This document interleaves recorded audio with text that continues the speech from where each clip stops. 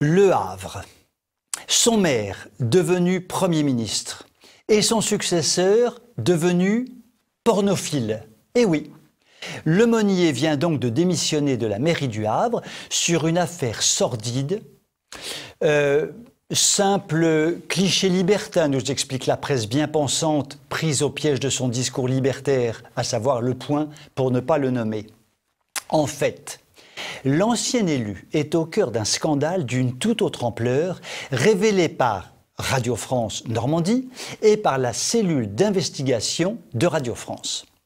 Il aurait littéralement inondé plusieurs femmes de clichés pornographiques mettant en scène son honorable personne d'édile dans le plus simple appareil.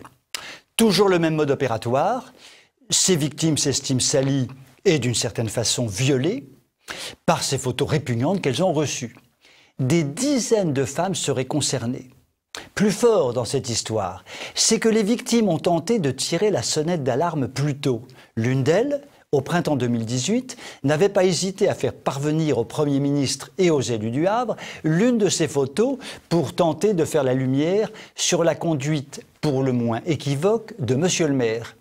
Que s'est-il passé? La bonne dame écopa d'un rappel à la loi pour diffusion de photos sans l'accord de la personne. On marche vraiment sur la tête, on croit rêver. Dans notre monde, à la morale totalement dérégulée, c'est la victime outragée qui se fait taper sur les doigts. Oui, madame, chacun a le droit d'exhiber ses organes intimes quand il veut et où il veut. Cela, vous auriez dû le savoir. Et cela, d'ailleurs, doit figurer quelque part dans la Déclaration des droits de l'homme et du citoyen nudiste. Et puis, quelle idée aussi de s'attaquer à un maire, qui plus est installé dans les pantoufles du Premier ministre.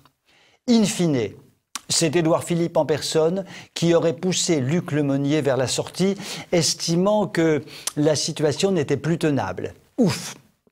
Quand cela chauffe un peu trop, sur le plan médiatique, l'indécence a des limites, même pour les habitants de la Macronie. Ça, c'est une bonne nouvelle. L'on peut simplement regretter qu'Édouard Philippe ait mis tant de temps à réagir.